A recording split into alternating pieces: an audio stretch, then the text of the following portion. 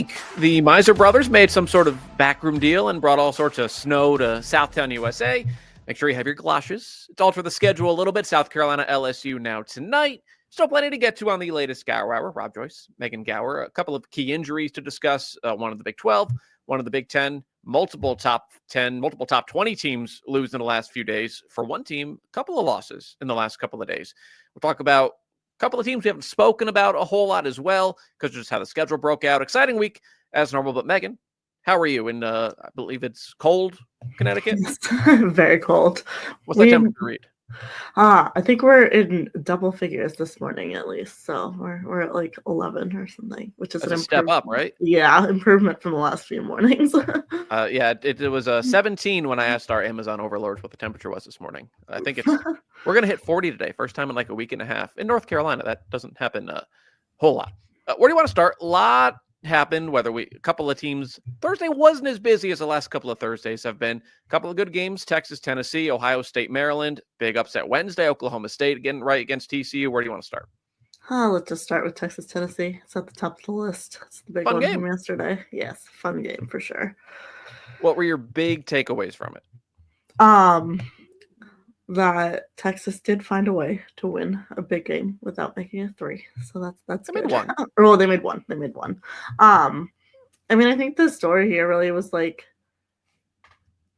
Texas had the advantage on the offensive glass, and that pretty much won the game for them. Like they rebounded, I think, almost basically half of their own misses, and like they got to take, I think, almost 10 extra shots in Tennessee, and that was the difference maker here. Taylor Jones was really, really good, 21 and 14. It was 19-0 second chance at halftime. It was 25-5 for the game, plus 15 on the glass. Like, honestly, it wasn't that dissimilar from the South Carolina game. Obviously, Tennessee's defense is not South Carolina's defense. Right. I feel like I'm starting to change my tune on Texas. Like, they're just so overwhelming in the paint. And, like, honestly, I know it wasn't that close. If they just made more shots, like, inside the arc, they could have beaten South Carolina. Like maybe you don't need to shoot threes. I don't know. Yeah, I don't know. I still think they're going to run into a lot of like what they did at South Carolina, where teams are able to pack the paint, and maybe South Carolina's a little uniquely positioned to really be able to execute that well, and that's part of the struggle that they had there. If it was like they lost by like 8 points to South Carolina, I think I would be on the same page as you, but they just lost by too much in that game to like make me think it's more than we just had a bad shooting night. I mean, they took 28 more shots and lost by 17. Like that's just it is hard crazy. To do. Yeah, I'm starting to kind of turn a little bit of thinking, well, maybe they don't need to shoot threes. Who knows? Maybe they'll see South Carolina again in Greenville, which I understand is basically a second road game. But yeah, I don't know. I feel like maybe we've been too harsh on Texas. I don't know. What do you make of Tennessee? 4 losses by a combined 8 points, 2 straight losses now. But I mean, they're a Sarah bucket away from beating Oklahoma. They're a Kalen Gilbert, not quite a buzzer beater, but from going to overtime with LSU. They're a buzzer beater basically away from maybe beating Vanderbilt on Sunday. They were in it. Z Spearman airballed a contested 3 last night. Like they had a look. They're really close. Ultimately, game, but they're really close. Yeah, they're really close, and like I think well ahead of where anyone thought they would be at this point. Coming in, new coach, like didn't have a great year last year, have a lot of same talent back, and they've like made huge strides forward from that. I feel like they're gonna get one eventually, like one of these games, right? Something has to go right at the final minute for them to get the big win. But at the same time, maybe it feels a little bit too just like a team that's like they're so close, but they're just like a year from really getting there.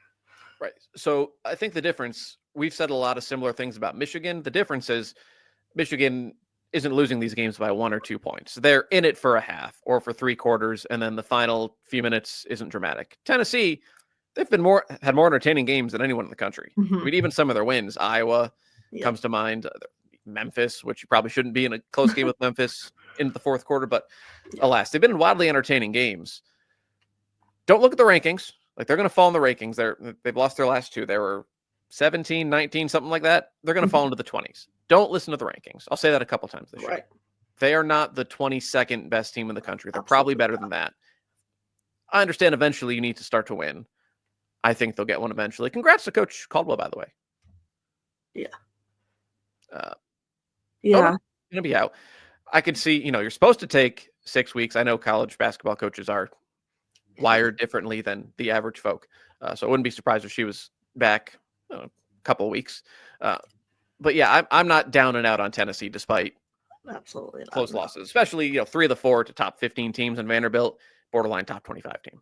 Yeah, no, I agree. I think they're all good losses as far as losses go. Like you said, all close. They're gonna get one eventually, and they're still a team that, yeah, I wouldn't believe the rankings. I certainly wouldn't want to see them in like my pool of the bracket as like a 5 seed or something. That is not something I would want. No. While we're on the topic of Tennessee losing on Sunday, nice win for Vanderbilt, really needed. Now, Yeah. all of a sudden, Selection Sunday looks a lot more comfortable. Yeah, and I'll probably talk about this throughout the show, but like going through the bracket this past week, like the bubble is just so weak right now that like that kind of win is pretty much enough to be like, yeah, you're going to be in at this point. Because most of the teams we're talking about in the bubble don't have anything like that type of win to help them. So yeah, a huge win for Vanderbilt. I think it takes a lot of pressure off of them and some of these other games they've got coming up because they've got the big one under their belt now.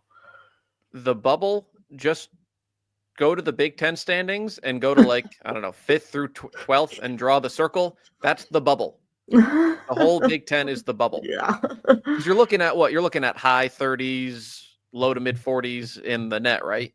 Yeah, I've been into the 50s, like to an extent, but Yeah, I mean, yeah, there was a time where the ugly. 37 through 40 was all Big Ten teams. That's updated since they haven't updated this morning, but Oregon, Illinois, Indiana, Iowa, Yeah. stack their resumes together. They're the same resumes. So if one gets out, good luck if you have to pair through and pick 3 out of the 4. But nice win for Tennessee, and all of a sudden, last week I questioned if they were to lose that game, are they going to make the tournament? They're going to make the tournament, barring some sort of collapse that based Right. on they beat the living daylights out of some SEC bottom feeder last night. Arkansas? Yeah, that sounds Arkansas. right. Yes, taking care of business. Other big game last night. Talk Big Ten. Ohio State, Maryland. Both teams coming off losses. Lot of different storylines here. Ohio State with an inexcusable loss Sunday. Maryland, not inexcusable to lose to Texas, inexcusable to lose in the fashion they lost to Texas. Right. No Cheyenne Sellers. I almost don't take anything away from last night for Maryland because they were without Sellers.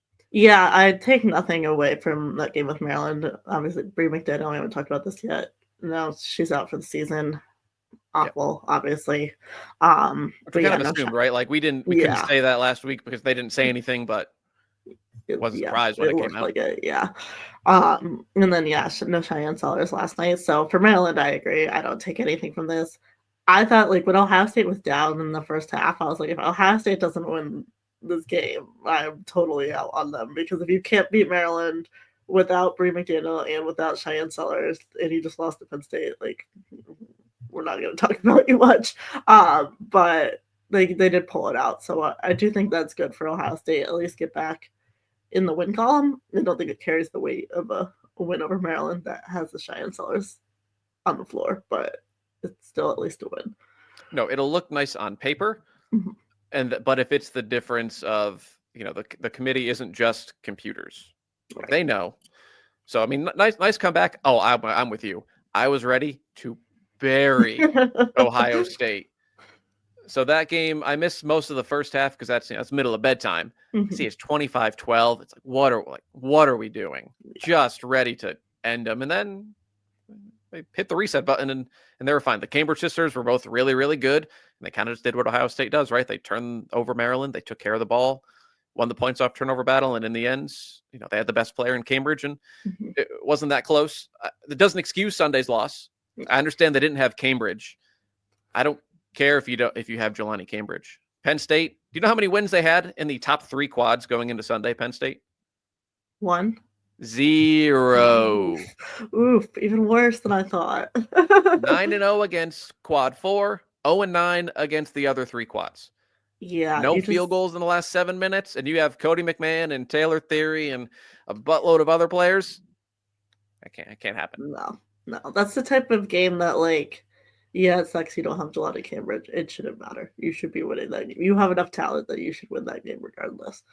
Right. Other top 10 teams. South Carolina, I know she's not a starter, lost their second or third best player, and they're steamrolling everybody. UConn's been without Hazy Fudd for a couple weeks, Paige Beckers for a few weeks, handling their quad 4 or quad 3 opponents. Everyone has injuries. Right. Yeah, bad loss. Yeah. Maryland side, what do you make of Sellers? Probably won't be back for Sunday's game against UCLA, so that's obviously a big issue for the Terps. What do you make of the McDaniel loss, though? Now that we know it's official and she's out for the year, Sellers thinks it was a knee issue. She'll be back. She'll be back when it matters. Yeah. Yeah, I think McDaniel is a big loss for this team. I think it's a team that hasn't had, I mean, like, they have some depth, but not a ton of depth. And, like, she has been kind of their big piece of depth off the bench. Like, she's really given them that spark off the bench, been a huge part of what they're doing. And I just think it's a huge loss. Like, she's probably on track to be, like, Big Ten 6 Woman of the Year, right? Like, all those things. And to lose that, I think it's a tough thing to lose. Like, as much as it sucks to lose a starter, sometimes I feel like it's even worse to lose, like, the one, like, kind of critical piece you have off the bench. Right. When you're it's not even that they're thin. It's just they're not UCLA, South Carolina deep. Right. So off the bench, suddenly, like Amari DeBerry, Ava McKinney, they both average less than 3 points. Mir McLean averages 4 points a game. One of those three has to go up. Ali Kubek's okay. Mm-hmm. Not enough, I think, to be that much of a difference maker. So now you're suddenly looking at we basically have to rely on our starters. And when Cheyenne Sellers scores 1 point in 14 minutes against Texas, when Sailor Poffenbarger has 6 and 3 against Texas, all of a sudden you're in a heap of trouble. And that was the case on Monday, especially. You ready for my official bearing of Maryland in terms of nothing to do with injuries? They had 27 turnovers on Monday. Yeah. You can't turn the ball over close to 30 times. Like, I'll give you 19 against a team like Texas, sure. Once you start getting over 20, what are we doing? I was worried last night. There were 4 turnovers in the first 50 seconds of Texas-Tennessee. And then both teams were fine. Like, all things considered, both teams average forcing, 25, 26 turnovers a game. It was like in the teens. Great. Awesome. But I was really worried in the first minute when it's like, oh, geez. It's going to be that kind of game. I have a wild stat. If you listen to this, you know I like stats. This is my friends laugh at me because I like stats. I don't like comparing the men's and the women's game. This one, I think I need to. Do you know how many times this year in a men's basketball game in college, a single team's turned it over 25 or more times? And I guess it's less than the women, just based on. But I don't watch a lot of men's. Yes, it is less than the women. Let's go 30? 12. Oh, wow. 12 times the entire season. Do you know how many times it's happened in women's basketball? 25 turnovers in a game by a single team. Probably 12 in the last week. More than that, yes. 445. Oh my God. That's so bad. 445 times compared to 12. That's crazy. And I think it's like you could make an argument to an extent that part of it is obviously there is less of a gap, I think, between the top teams and the bottom teams in men's basketball. But we're talking about this happening in games like you said, Texas, Maryland. That's Maryland. 2 top 10 teams that we're talking about. By the way, for 30 turnovers, it's happened 4 times in men's basketball and 102 in women's basketball. That was through Wednesday's games, so it didn't include last night. It's embarrassing. It's embarrassing. That's bad. Yes. Other results. Big result last night, SEC, Texas A&M beating Kentucky. I think it says more about – we haven't spoken much about Kentucky because the schedule thus far for them, they were 16-1 going in. SEC schedule broke nicely. They had a nice win over Vanderbilt, but otherwise, no top 25 SEC teams. I did not think that Kentucky was the 11th best team in the country. Anyways, I think they're in for a rude awakening over the next couple of weeks. Yeah, I was looking at their schedule this morning, and it's okay, now it gets real for Kentucky because, you said, the start of their SEC has handed them an easy start in all regards, and they didn't deliver on the Texas A&M easy in quotes game, but now they've got Oklahoma, Texas, South Carolina, LSU, all of that, Ole Miss, all of that coming, and I think the wake up call is coming for this Kentucky team. Yeah, Georgia Amore. Last night aside, her and Claire Strack were bad last night. Largely, when they play like their typical selves, there's a floor for Kentucky that a lot of teams just don't have. Right. So they're, baseline top 25, right? Because they have two really, really good players. Well, they have no one else. Like they have the second fewest bench points in the country. So when two of your 5 starters don't play well, there's like nobody. Less than Maryland, nobody. You can't do anything. So when Amor and Strack combine to shoot 7 of 28 like last night, you're just in a world of hurt. And Texas A&M, frankly, isn't that good. Yeah. And I think as teams watch footage from that game too, like you're gonna realize like if you you double up Georgia Amor, like make her life miserable. Like if you dare other people on this team to beat you, can they beat you? I don't know. Yeah, I mean, Amor, she has a 5 of 18 in her. Like we saw it at Virginia Tech. Right. And Clara Strack is really, really good. She's probably not quite Liz Kitley, but she's still really good. Yeah. She's entitled to have a bad game. Right. The problem is with them, they can't afford it. All 5 starters play 30 minutes a game, 32 minutes a game. And, and knock on wood, if they have a schedule, yeah. What would they do if they had a single injury? Yeah. I don't know. Arkansas Sunday. God, that better be a win. Yeah. Then Bama, at Oklahoma, Ole Miss, Texas. 4 games in a row. You get a reprieve with Georgia and Missouri. You close LSU, Tennessee, at South Carolina. They're 16-2 right now. I see like 4 losses in there. At least, probably. At least? Yeah. That's going to be tough. It's a tough stretch. Yeah. Still, good things for Kenny Brooks in year 1. Oh, yeah. I just think, again, I don't look at the rankings. They're ranked 11th. They're not a top 10 team. They're not a top 15 team. They're probably a top 20, top 25. I'll give you that. Yeah. That's about it. The only other notable thing I saw last night, not even that Duke beat SMU. Have you followed SMU basketball the last 2 weeks? No, other than I'm pretty sure they beat Stanford, right? They did. Since then, though, the last 4 games, they have blown the largest lead in NCAA history. They were up 32 to Pitt and lost by double digits.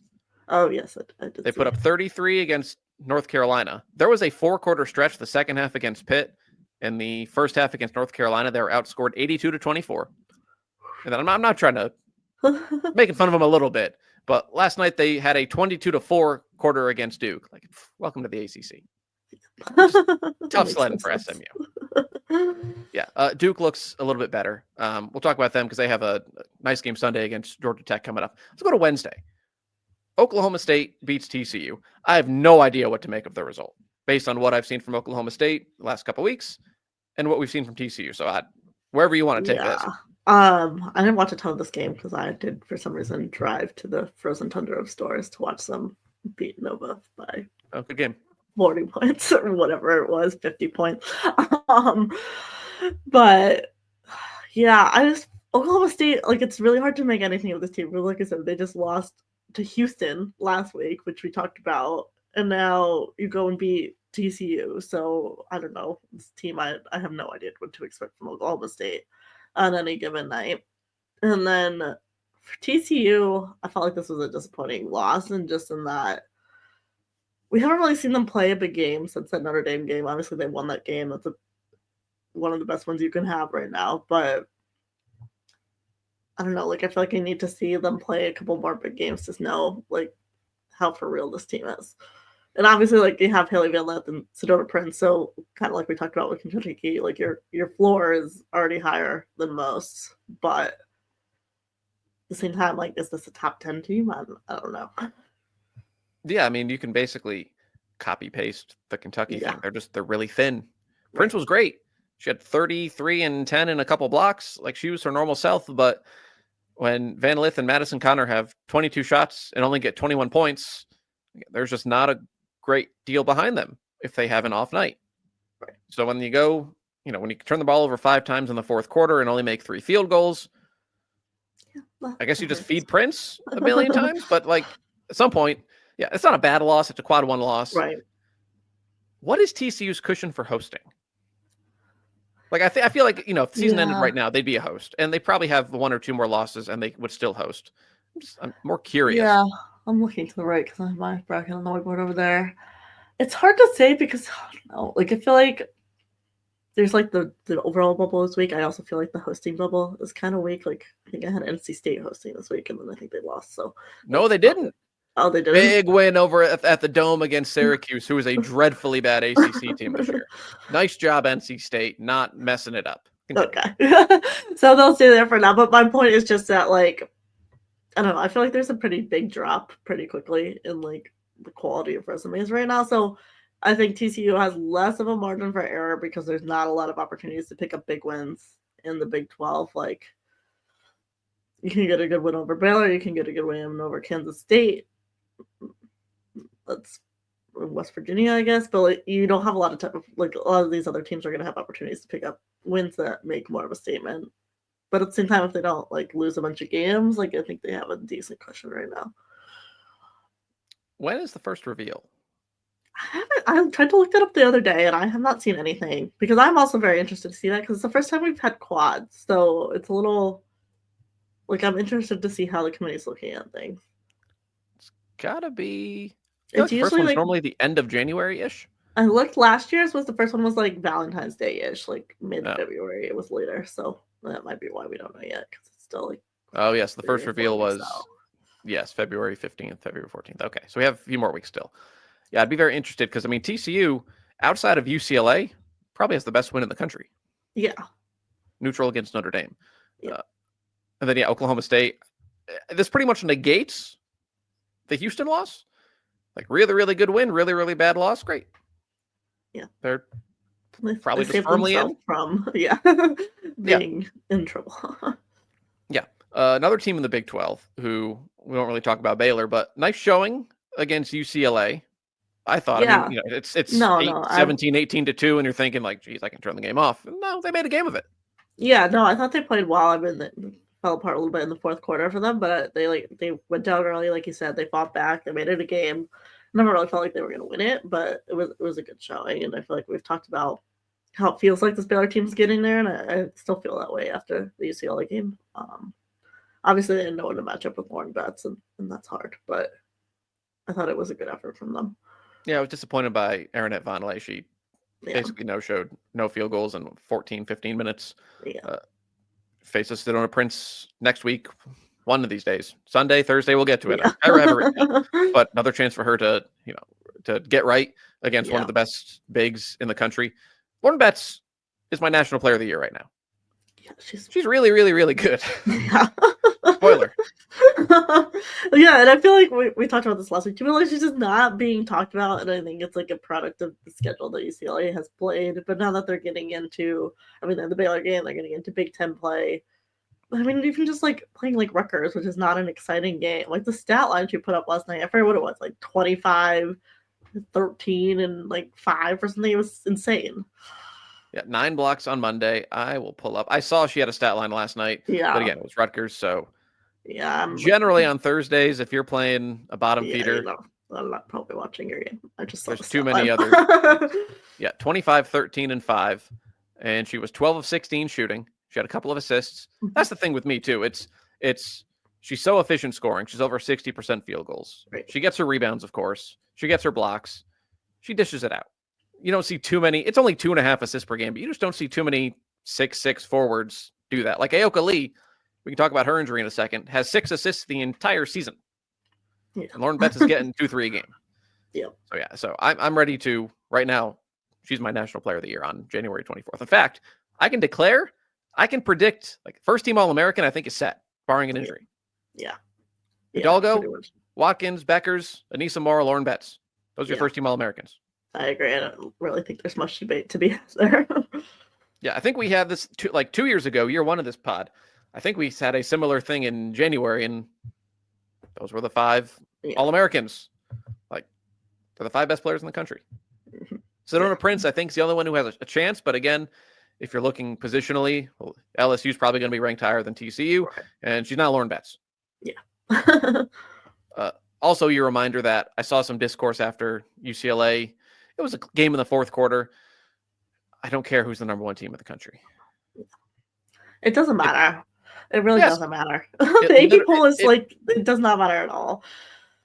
They both have, like, you could make an argument for UCLA, you can make an argument for South Carolina. You can probably make an argument for Notre Dame too. Like, it doesn't matter. Does not matter. If you think UCLA is number one because they're undefeated and beat South Carolina, that is great. Yeah. If you think South Carolina has been so overwhelmingly dominant that they're the number one team in the country, good for you. Don't get angry online about it because someone else said, right. Sorry, I Like, flipped we it don't around need to the other way. berate people on Twitter because they have a different opinion. Right. They'll find out in April who the number one team in the country is in Tampa. I There's a am pretty good chance interested. UCLA and South Carolina are there. Yeah, exactly. I am interested to see how the committee looks at it when we do get a reveal, assuming UCLA is still under. But again, if UCLA is still undefeated at that point, they probably also beat USC, and that's a different story than it is right now. Right, and they'll be 1 and 2, so they'll be on opposite sides. Yeah, regardless. Agreed. Yeah, so they'd see each other in the title game in this. Yeah, I'm just scenario. curious from does the undefeated trump the 8-1 quad 1 wins or not?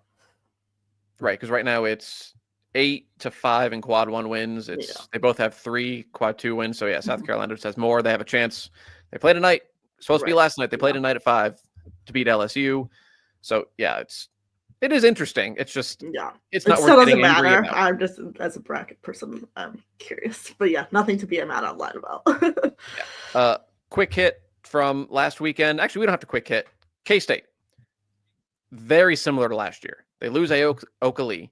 It's expected to be weeks with a fracture in her foot. Last year, she missed a month, mid-January to mid-February. Came back. She was great. This year, weeks I take as it's mid to late January, probably back before the end of the regular season, about a month. What do you make of this for Kansas State? Yeah, I think it's tough for them in terms of this is probably the stretch where they're going to have the biggest games until March. So you're not going to have your full team in these big games, which I think is hard when you're trying to prepare for a tournament. I mean, it just sucks for her too. We talked about how much time Paige Beckers has missed in her career and Olivia Miles, but Ayoka Lee's right up there with the amount of time that she has missed has been so much, and it's unfortunate to see this just happen again. Obviously, she's also just such a huge part of what this Kansas State team does, right?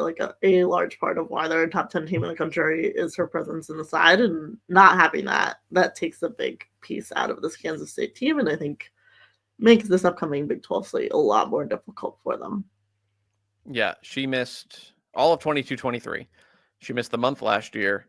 She missed a couple of games earlier in the year. She's out for another month. So yeah, it's a lot of injuries to feel for someone who came back, and she's been really good her whole college career. She started in 2019. This is her 6th year of college if you include the year she missed. The schedule isn't – they play in the Big 12. That helps. Yeah. But tough road trip to Colorado. Iowa State probably needs that game to make the field on Thursday. Tough trip to Kansas. She's going to miss the game against TCU.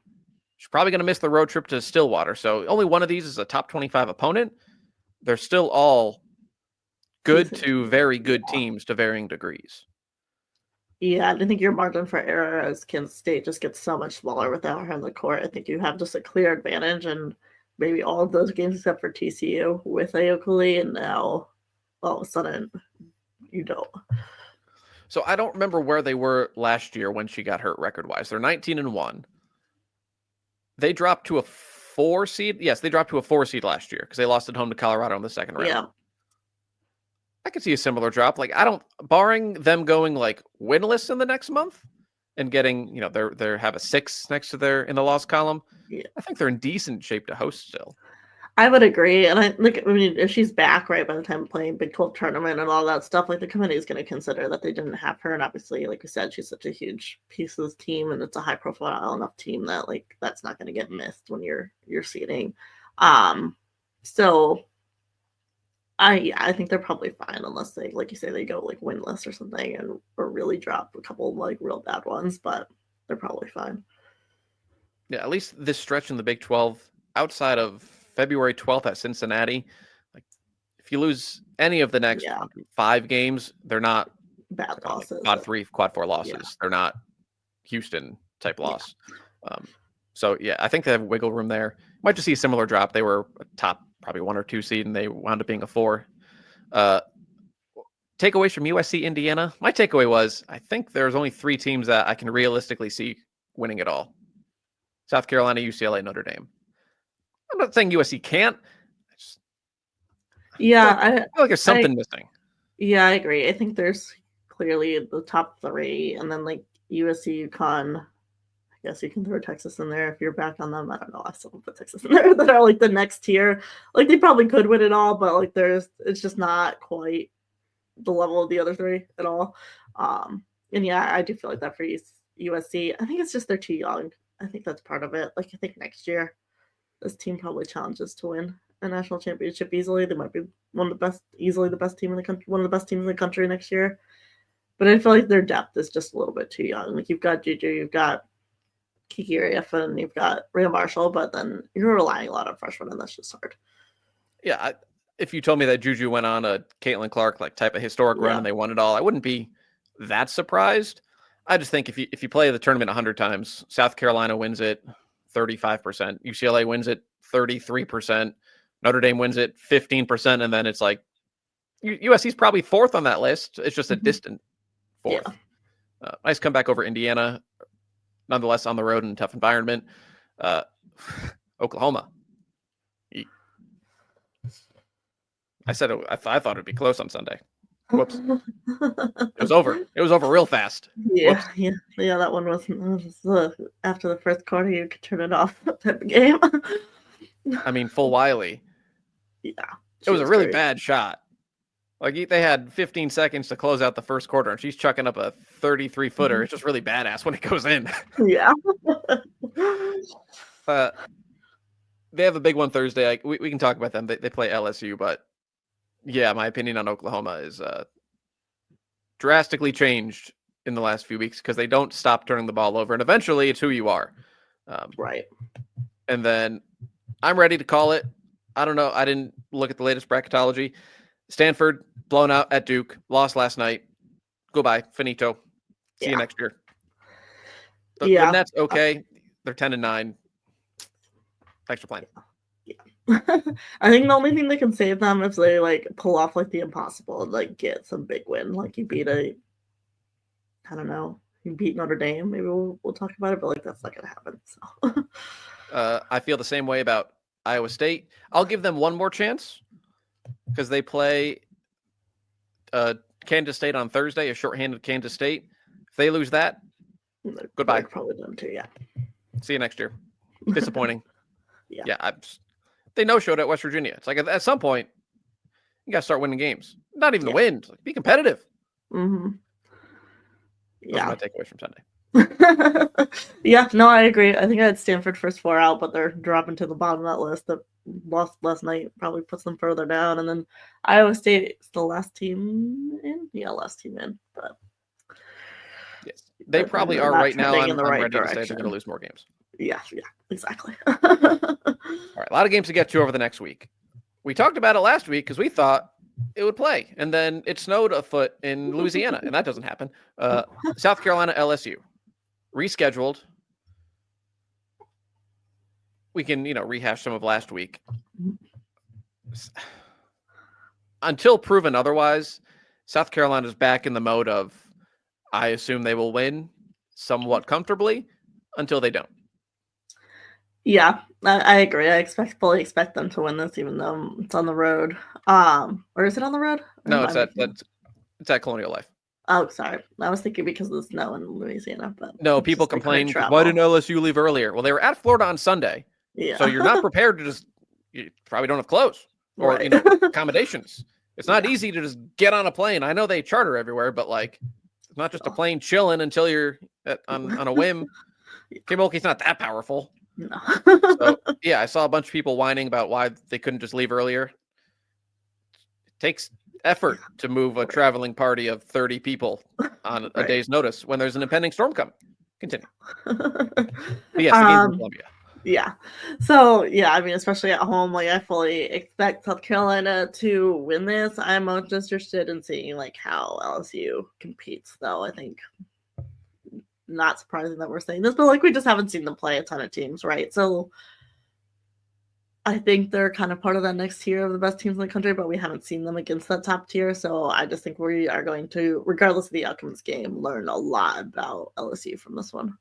The last time LSU walked into Colonial Life, they were undefeated and they were down 18-2.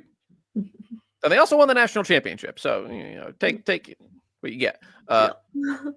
I'm interested to see how South Carolina handles Anissa Morrow. Of course, they saw her twice last year. They know how she plays. But despite this like Death Star reappearance, they're not manhandling people inside, at least like they used to. Right.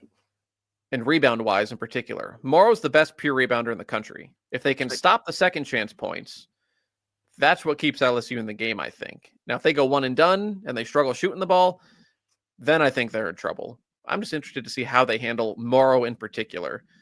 Because LSU doesn't shoot a ton of threes, but you can't just pack it in like you did against Texas. Right. Yeah, I think they have enough perimeter threats that you have to at least respect them on the arc. So that'll make hopefully Morrow's life a little easier than it was for some of the Taylor Texas Jones, bigs. Madison Booker, enter. Enter Texas player name. Yeah. So I think that works in Morrow's favor. Yeah, I'm interested to see how they handle her because, like you said, yes, they saw her a bunch last year, but like you had 6'7" Camila Cardoso throughout her last year. This is a very different situation. And like we've said, they losing Watkins, like their depth and their experience in the post is just not what it has been in past years. So I think that's the toughest test for them in this game. And I feel like obviously we just talked about how good Lauren Betts is. So like this is not a full like the same, and Morrow smaller than Lauren Betts, but at the same time they haven't really faced like a post presence of that level since that. Who can also step out and shoot the three. Yeah, who also can sit up and shoot the three, agreed. So Morrow's just an interesting player to guard in general because of that piece of her game too. Like it makes it a lot harder to guard her. But yeah, I'm just see how they handle it. I still think they win, but I just want to see how they face up with her. Yeah, South Carolina, I'm fully back on. I will pick them to win. I will assume it is. I don't think this will be a blowout. I think it's comfortable enough in the final minutes where the outcome isn't really in doubt until the time comes where they lose. Yeah. Saturday, couple of interesting games. Michigan State. I don't even know if it's interesting. It's like the most 8-9 game I've ever seen. Like 50-50. Tell me either team wins. I go, yeah. And this isn't a bad thing. They're both there. Like they aren't Final Four contenders. They're not bubble teams. They're just chilling in the field. Yep. But it should be a close one. It should be a fun one. Michigan got a nice win over Minnesota on Wednesday as well. So they're starting to pick up some of those wins in that kind of top 25 range. Yeah, Minnesota is. I mean, I respect 25. That they started the year 16-1 or whatever. I don't think they're that good. They just beat up on quad 3 and mostly quad 4 teams, frankly. 12 of their 17 wins are against quad 4. So, like, I expected a little bit stronger schedule after they made a postseason run last year and I think the WNIT. But yes, nice win. Not Michigan's fault. There's a number next to Minnesota's name. Take it and run. Mm-hmm. Yeah. K-State, Colorado. I just want to see how the Wildcats fare without Lee. Kennedy Taylor will probably get more run. Colorado's gotten West Virginia at their place this year. We'll see if they can get K-State. Colorado's not in the field factor right now. Their net's in the 70s. But still, no Ayoka Lee. First game without her. I just want to see it. Yeah. What do you make of UConn Creighton? This is a rare Q1 opportunity for UConn on the road. Yeah, I feel like UConn has played this Creighton lineup so many times that they kind of just have figured it out. I don't know. Like, I feel like Creighton plays a very unique style of basketball, which if you don't play them often, like they get people by surprise because it's hard to guard. It's different. I think UConn has it figured out. I mean, Gino joked on Wednesday that their kind of starting trio there has been at Creighton as long as he's been at UConn at this point. Like it's just they've seen it time and time again. I mean, I do think at least it's like a tournament opponent for UConn because the last few weeks, if you're watching, I realize most people listening to this podcast are probably not watching much UConn because there has not been a lot to watch, but like it has not been very exciting. So I'm at least interested to see if they can kind of translate what's looked really good against kind of the teams that we will not be talking about at all come March to a team that is going to make the field. Yeah, I say it's a Q1 opportunity for UConn. It almost doesn't matter at this point. They're not going to be a 1 seed unless they beat South Carolina and Tennessee. which is a big then if. We can have that conversation when that happens because right. I don't see it So happening. like Yeah. it almost doesn't matter that it's Q1 because they're pretty much like they're going to be a 2 seed Yeah. probably, maybe a 3 if they again we talk about if If they you lose to lose, South Carolina, yeah. Tennessee. They're just it's not their fault that the Big Yeah. East, frankly, largely doesn't care about women's basketball. Yeah. For being honest, just an opportunity for them. And again, they've taken care of business. It's nice that they're just running teams out of the gym like they're supposed Yeah. to. That's not how UConn's judged. I had my rant. Right. Same rant. Go Yeah. ahead, beat Villanova by 50, 100 times. Doesn't matter if you lose to Yeah. Tennessee. Like even if they beat Creighton by 40, my opinion's not gonna shift at all on this team at this point. But they're playing better. Or Yeah. they're finally, you know, Yeah, no, they are. Easy They and are Paige playing been better. on the They're court for the healthy. same time for almost 2 weeks now. Yeah. Yeah. Aubrey's back-ish. She's getting there. She's at least playing in a game. That's a start, I guess. Yes, but that is a game on Saturday. I think it's on Fox. And hey, congrats to Creighton for finally they're playing it where Playing the in the men men's play. arena. Yeah. Hey, It only imagine that. took how many years have they been back in the Big East now? Like 5? I don't even know. Like, come on. Yeah. Good job. You're one of like the 4 Big East teams that will play a game in the same place as the men. Good job for you, Creighton. That's it Saturday. Sunday, UCLA Maryland looks a lot better with their fancy numbers next to their names than I think it actually will be. Cheyenne Sellers has a knee issue. Don't know how severe it is. If she didn't make the trip yesterday, don't see how she makes the UCLA game. Even frankly, with her, I don't think Maryland certainly doesn't have the depth to keep up with UCLA for 40 minutes. No, agreed. But without her, this one I don't anticipate being all that interesting. Interested in Georgia Tech Duke. Yeah. Especially Danny Carnegie's back, and they took care of business last night against a decent Virginia team. And, it's just a different dimension when your best player is playing. Yeah, that's important, generally. Yeah, imagine that. Yeah, no, I'm interested in this one, too. I don't know what to make of half these teams in the ACC, which just feels like the theme of the ACC the last few years. But I think this one will be an interesting one.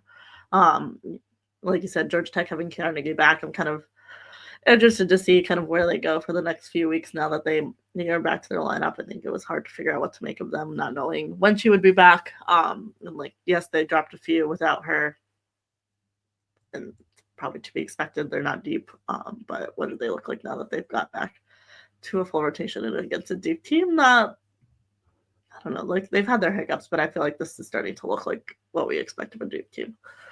This looks more like early season Duke. Yeah. Since that debacle at North Carolina, even they didn't play great at Virginia, came out with a win. Since then, they've had that defense that has really been what we expected for the last couple of weeks now. And that offense looked a lot more like November. Certainly a nice combination because Cal's a good win. I mean, they beat the crap out of Cal. Yeah. Beat the heck out of Stanford and then just business-like 30-some-odd point win against poor SMU. Yep. We'll find out a lot more if this continues at Georgia Tech, at NC State the next 2 games. Frankly, I expect Duke to win both. Yeah. I agree. I think they should be the favorite in both of those. So I'm interested to see. And I mean, I think they're hosting right now. Probably good chance to help solidify that That's spot. right. Someone has to host. Yeah. Seems like no one wants to, but someone has to. Oh, Duke is right now. Where are they in the net?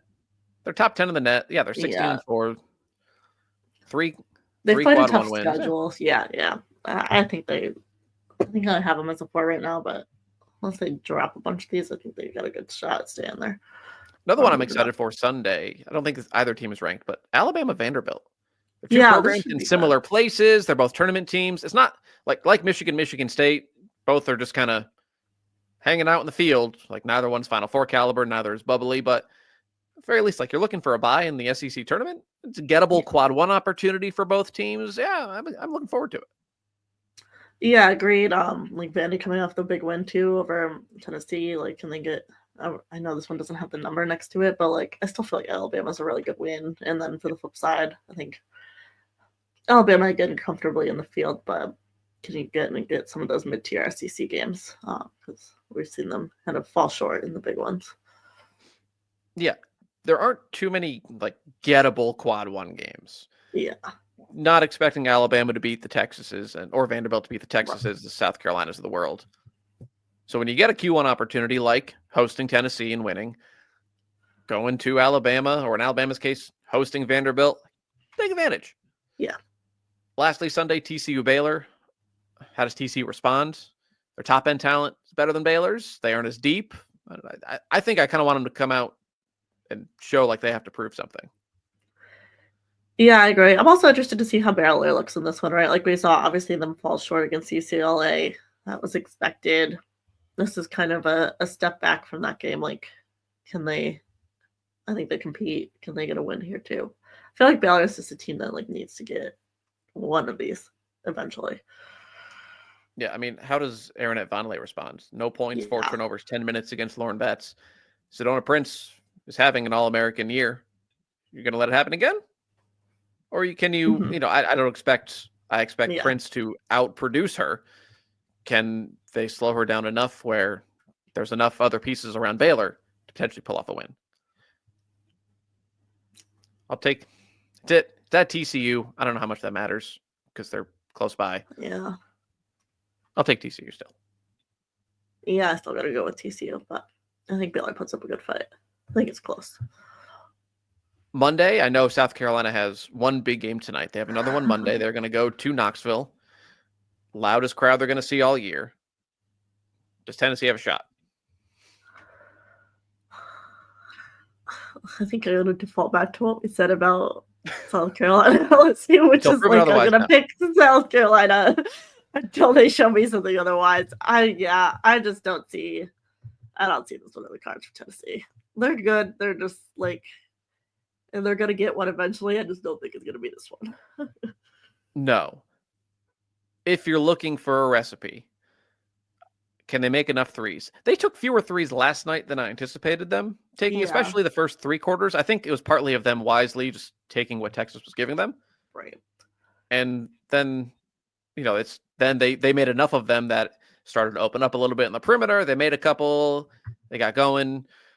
And then, of course, they're not too dissimilar from Oklahoma. They can turn you over 25 times and they can turn it over 25 times. Yeah. Can you avoid a 20 turnover game?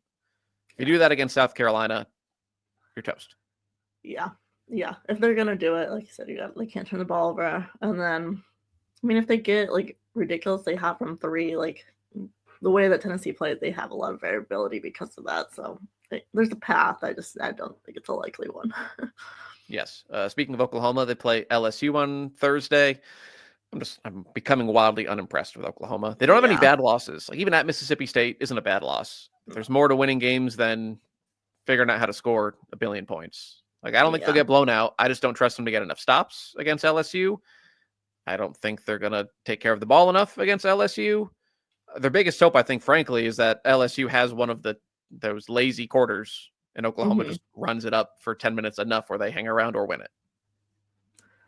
Yeah, I think that's the only chance here, but I don't know. I'm kind of out on Oklahoma too. I'm not seeing it for them. Yeah, nice pieces. Don't do enough of the little things right to be taken seriously as, I think, probably a second weekend good team, but it wouldn't shock me if they didn't make the second weekend. Certainly not. Yeah. Tampa good. Kentucky, Alabama. There's another shot for Alabama against a gettable Q1 opponent. Kentucky, the gauntlet kind of starts after Arkansas on Sunday. Cal, UNC. Frankly, that game doesn't do much for me. Yeah. I don't know why it doesn't just. Yeah, I guess I don't have a good reason for why it doesn't either, but I feel like I've watched the same North Carolina team for years now where I know what I'm going to get, and that's not a bad thing. They're a good team. Cal, I guess you have to go west.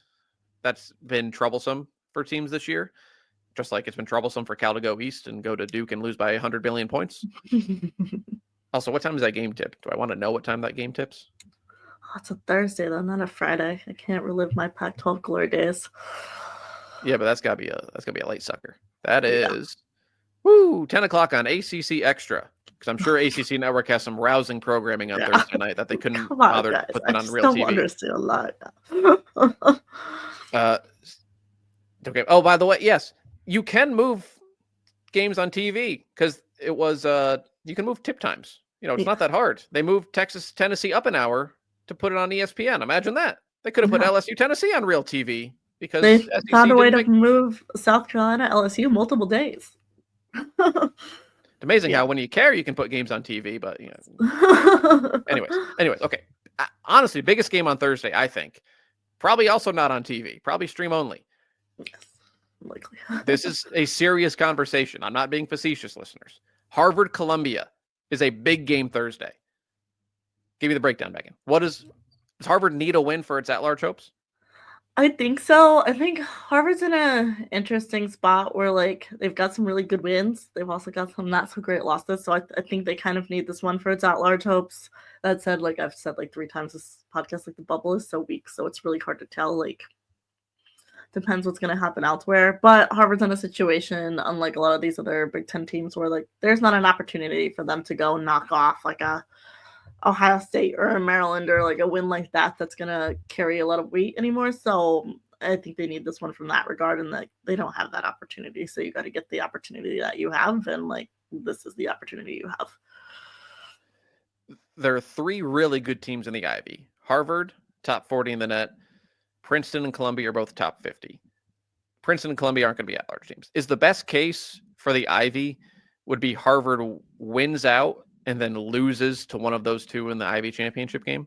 I think so. I think if that happens, Harvard probably gets in as an at-large, and then you get a Princeton or Columbia in. But I agree. Like, this is only a 2-bid league if Harvard doesn't win the championship. And it's a 1-bid league if they do. Yeah. They host Columbia. They head to Columbia mid-February, and they host Princeton on February 28th. So they have opportunities to, I think those will go down as quad 2 wins. Just build that resume in a weak bubble. They're hanging around. If they keep winning, other teams around them are going to keep losing. Outside of maybe, I haven't looked at the A10 recently. I know I think the A10 George is Mason, like, there's UMass. yeah, they're Richmond, of close. I course. don't know. I think like I have Richmond in as the auto qualifier. Like, they all have okay resumes. They might get 2 in. They're not going to get 3 in because they're unfortunately those teams are only going to hurt each other at this point because they're going to lose to each other. I do think they're in a position now where like wins against each other on the road and stuff are Q1 wins. Would they be? But okay, yeah. Okay, yeah. Yeah, you're right. So they've got that going for them, but the A10 might get 2 in. They're not going to get 3 in. A dream dies.